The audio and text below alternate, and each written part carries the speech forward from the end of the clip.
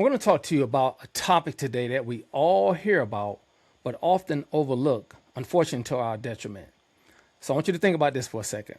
When we purchase a vehicle, one of the first things we have to do is we have to get insurance.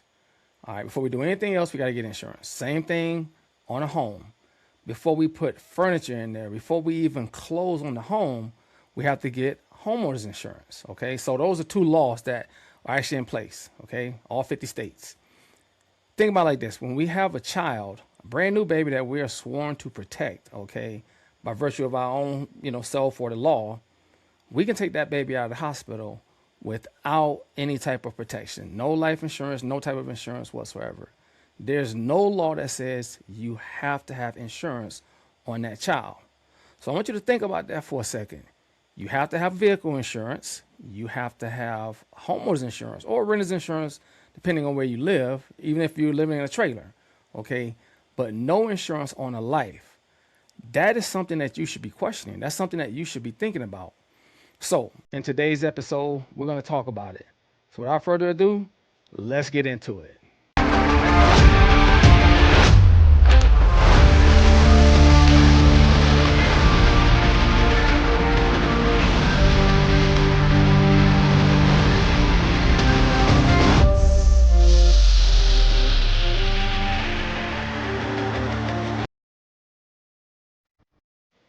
Welcome to Higher Ground Financial Freedom Podcast, the Freedom Podcast where we talk about faith, family, finance, and fitness. And usually I bring other people on, but today I want to talk about this whole thing with insurance, okay? Because again, when I hear the word insurance and I see insurance agents, the first thing I think about is you're lower than dirt. And make no mistake, I'm not an insurance agent, okay? I'm a wealth strategist. That's what I do. I teach people about strategies and strategizing using their money, okay? So let's just get that out the way real quick. But when we're talking about legacy and wanting to leave a legacy for our family, we do things backwards. Think about the logic. If you have a car, it only works if you're alive to actually use it. The house only matters if you're alive to live in it. So that's everything physical. Everything physical in your life is dependent on you. Yet you, even me, we insure the dependent things first, and then we leave the source, which is you and your family, exposed. That's like protecting the branches of a tree, but ignoring all of the roots at the bottom. If you are the root, that means you're the source. And if something happens to you, the car payment, that's not going to stop. That bill's coming. The mortgage is not going to stop. Property tax is not going to stop. The bills don't stop. Inflation, that definitely doesn't stop. And unless you have it set up correctly, guess what's going to stop? Your income, money coming in. Here's the part people do not want to talk about, okay? We bury our heads in the sand and we think that we can save our way into taking care of our family or work hard enough. If I just work hard enough, if I get this done and do this 9 to 5, they're going to love me. But here's the thing. Love does not pay the bills. I'm sorry, it doesn't. Grief does not replace income. It's not. A GoFundMe is not a financial plan. I know some people think, well, I just do a GoFundMe. It's not a financial plan. So why do people wait? Why do people delay life insurance, especially something like infinite banking, something that I teach about? Usually one of three reasons that people like to delay it. Number one, people will say, well, I don't have enough money yet. Come back to me. Or I'm too young right now. I've got time. Or I'll get it once, I build more wealth. So what I want to do is I want to break all three of those down, okay? First one, I don't have enough money. You don't wait to have more money before insuring your car or insuring your rental property goods or insuring your home. You take care of those things because there's a law that says it. You don't wait to have more money before insuring the other stuff that you have, your jewelry. Insurance exists because you don't have enough money to take that loss. That's why it's there. That's the whole point. Now, the next one I hear a lot is I'm young. And that's exactly when you should get insurance.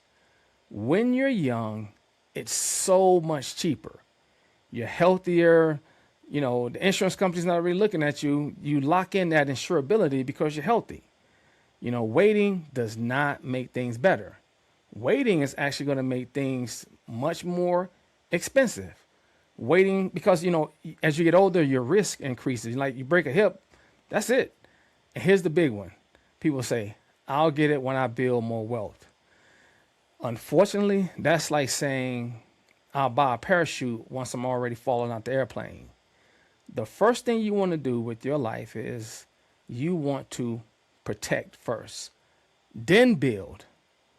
Okay, so take a deep breath. I want you to think about this one. Let's talk about death. And when we hear life insurance, everybody goes back to death. We're going to elevate this a little bit. Most people think life insurance is just about dying. Get that out your head. That is the old way of thinking. We want to talk about a properly structured permanent life insurance policy, especially when you understand infinite banking concept. It has nothing to do with death. Okay, that death benefit that's just a bonus. When you do it right, it's about control. It's about liquidity. It's about having, listen to this, guaranteed growth. It's about having options. When you structure a policy correctly, you have cash value that grows, and this is real, it grows tax-free. And then you, as an individual, guess what you can do? You can stop whenever you want and say, hey, I want to take some money, not from, but against. Here's the crazy part. When you do take out a loan, it's going to continue growing, even when you use it. Let me say that again. This policy, when done correctly, don't think of this as a regular life insurance policy. Again, when you think about having to have car insurance, having to have homeowners insurance, and not having to have life insurance, you got to ask yourself why. Why? Because people are intelligent. People start asking these questions like, hey, if I'm putting all this money in here, can I eventually use it? I know some people ask that about car insurance. No, you can't. You can have car insurance for 20 years and not have a wreck. And guess what? You just been putting money away. You're never going to get it touched. Same thing with homeowners insurance. Even if you never use it, that homeowners insurance, you're never going to get an opportunity to use the money that's growing in there. It's not the case with life insurance. Again, properly structured. Okay, if it's done correctly, you're going to grow money that's tax free, which you can tap into. Okay. And yes, it's going to create a death benefit for your family. But again, if that's all you're thinking insurance is, that's the old way of thinking. It's going to create a private pool of capital that you get to control. So now we're not just talking about having protection. We're talking about protection plus capital accumulation plus liquidity. And not just that, we're talking about that legacy that everybody's talking about, this generational wealth. So think of this not as expensive, thinking like something coming out. Think of this as an asset. And here's the real question to you. It's going to be uncomfortable, but I'm going to ask it. What is your life worth? What is your life worth to you? If you passed away tonight or right now, what happens financially? Is there still a mortgage out there, okay, that somebody's got to take care of? Are there car loans out there? Are there kids? Is there a spouse? Okay. Are there business obligations that you have? Do you have debts out there? If the answer is yes to any of that, then your life has economic value. You're not just a person. Okay. There's a reason you have a social security card and a birth certificate in America. You are an income producing asset. So think about this. Companies, they insure all of their key employees. Did you know that banks actually insure their major borrowers, okay, just in case something happens to them? All corporations insure their executives. But we as individuals, we walk around completely uninsured. You insure your phone. You insure your car. You insure your house. Okay, you insure your apartment. You insure your goods and stuff, if you're smart. But the very thing that makes all of that possible, that individual person is completely uninsured. And that makes zero sense. So what is this order? Let's talk about, like, if I'm going to start, what do I do? Okay. Protect first. That's the first thing you have to do is protect first. Don't think about just getting assets. You want to protect what you already have or what you think you're going to have in the future. So here's the proper order. And it should look like this. Protect your income. Protect your life. Then build assets. Protection, think of that as the foundation. The wealth is the house.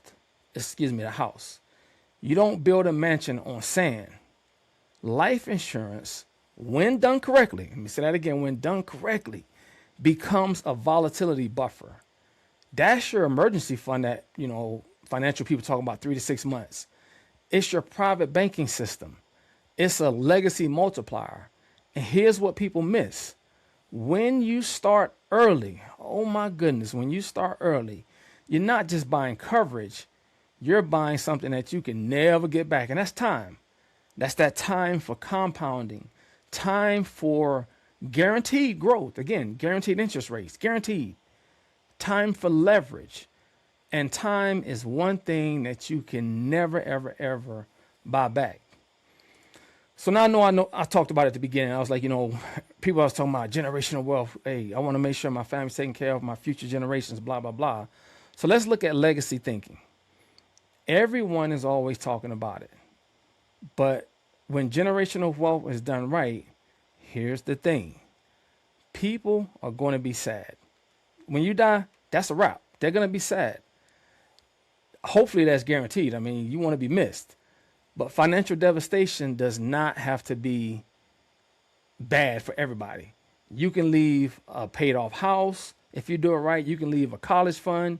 You can leave an estate. You can leave a business fully funded for your family. That's that seed capital for the next generation. The flip side, you can also leave stress. And one choice builds a dynasty. The other is going to build that GoFundMe fundraiser. Everybody think just do a GoFundMe, okay?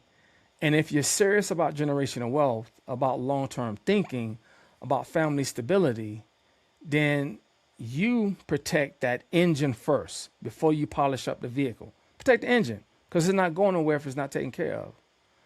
So I want to leave you with this. I know I hit you with a lot of information. If you wouldn't drive your car without insurance, if you wouldn't close on a home without coverage, why are you walking around completely uninsured? So please, people, do this. Protect yourself first. If not me, use somebody else. Not because you're afraid, okay? It's nothing about fear, but because you're trying to be responsible. Not just for the day, but for the next generation. Insurance is not about death, okay? Again, that's the icing on the cake, the death benefit. It's about dignity. It's about options. And the big one, it's about control. And when structured correctly, I know I said it about 6 times, it's about building wealth that's going to compound quietly while the world chases all this other noise, okay? I'm not an insurance guy, okay? I'm a wealth strategist, okay? Insurance is just a vehicle that is completely underutilized and definitely completely misunderstood. So remember this. Protect first, build second, and then leave a legacy always. And let's continue to get that financial freedom. I hope you have a great day and God bless.